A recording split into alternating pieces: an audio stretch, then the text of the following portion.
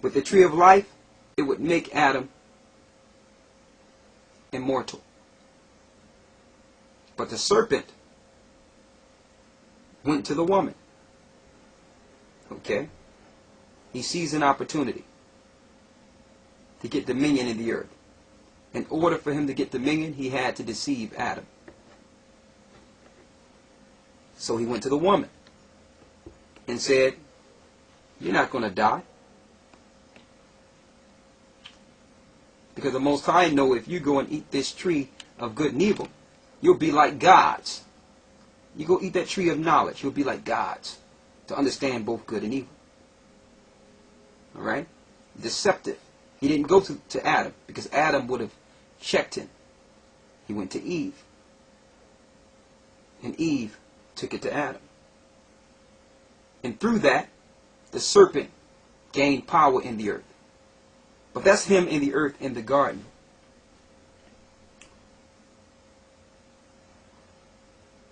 Let's go to the 15th verse.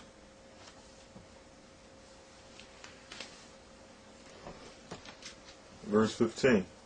And I will put enmity between thee and the woman, and between thy seed and her seed. So after Eve was deceived and fell to this serpent, this spirit had an agenda. There was a curse that was put on mankind, that man had to till the ground now, that man would one day die.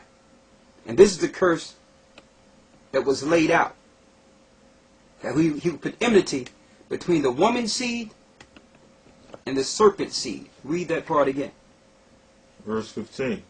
And I will put enmity between thee and the woman, and between thy seed and her seed. Go ahead. And it shall bruise thy head, and thou shalt bruise his heel.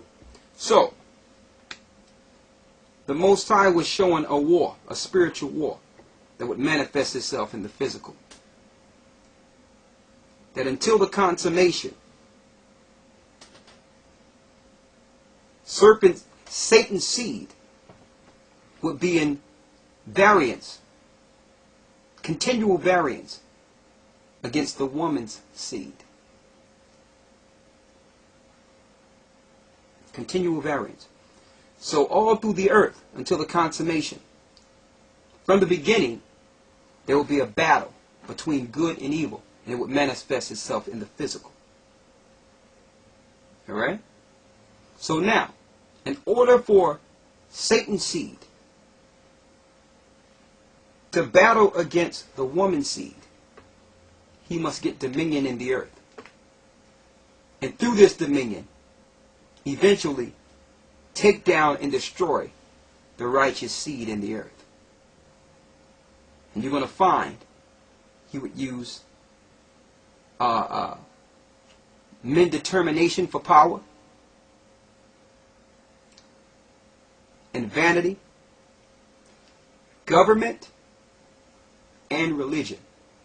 You must get them through what they believe and their institution of life. He did this through each society. And I'm pointing this out because we're taught that the God in the Old Testament was this bad guy. He was a different God. That's why we don't read the Old Testament. There's too much killing and too much bloodshed, too much back and forth. That's what we're taught.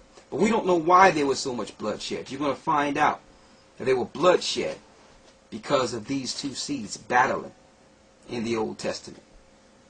The Most High,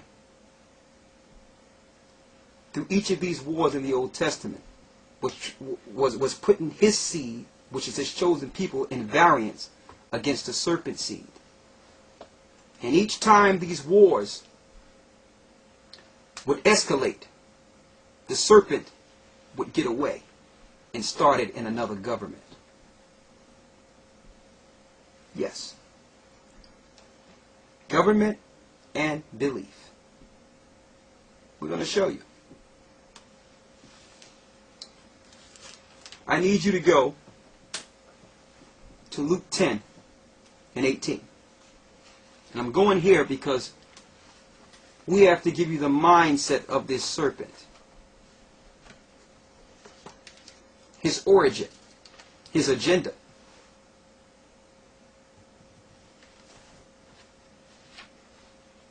Luke 10 and 18.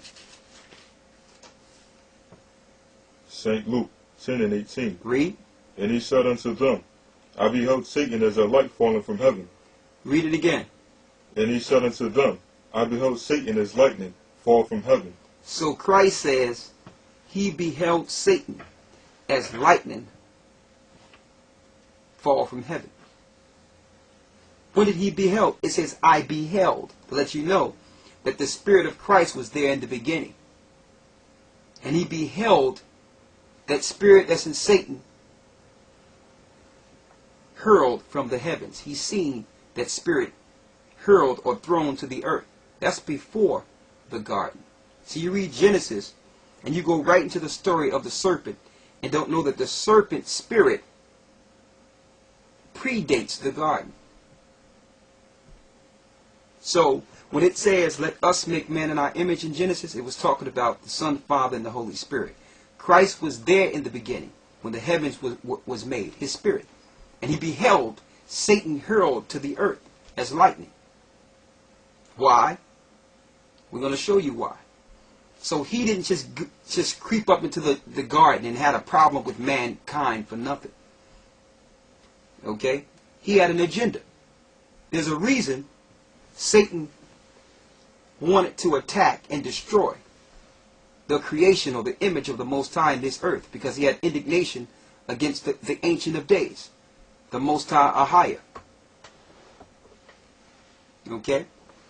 So we're going to show you the serpent's true origin and why he's so adamant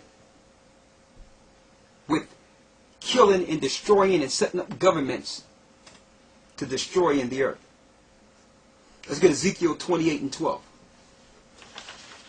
Start at 2. Ezekiel 28 and 2. Ezekiel 28 and 2. Read. Son of man, say unto the prince of Tyrus, thus saith the Lord power, because thy heart is lifted up, and thou hast said, I am the Most High. I sit in the seat of the Most High, in the midst of the seas. Yet thou art a man, and not the Most High. Yet thou art a man, and not the Most High. Why does it say King of Tyrus? See, because since Satan is a spirit, in order for him to execute rule in the earth, he must entice man and set up kings and governments that would do his rule and power in the earth. He must use mankind. So the king of Tyrus, all these different kings, Pharaoh, you name them, were being utilized by Satan. Okay, and he said, and the spirit in the king Tyrus says that I am, and there's none else. So that's Satan claiming to be the Most High. The Most High name is I am. Go down to the 11th verse. And read from 11 to 17. Verse 11. Moreover, the word of the Lord came unto me, saying. Read a little louder so they can hear it. A little louder. Moreover, the word of the Lord came unto me, saying, Son of man, take up a lamentation upon the king of Tyrus. Take up a lamentation upon the king of Tyrus, and say what? And say unto him, Thus saith the Lord power, Thou sealest up the sum, full of wisdom, and perfect in beauty. Thou hast been and eaten the garden of the Most High. That's how you know it's talking about the serpent and not the king Tyrus in the book of Ezekiel. Because the king Tyrus was not in the Garden of Eden, but the spirit that was controlling King Tyrus was in the Garden of Eden. The serpent. Read that verse again. Thou hast been in the garden thou hast been in Eden, the garden of the Most High. Every precious stone was thy covering, the sardius, topaz, and the diamond, the beryl, the onyx, and the jasper, the sapphire, the emerald, and the carbuncle, the gold, the workmanship of the tabrets and the pipes was prepared in thee the day that thou was created. So the day that he was created, he was covered in all these different jewelry and diamonds. Lucifer was his name.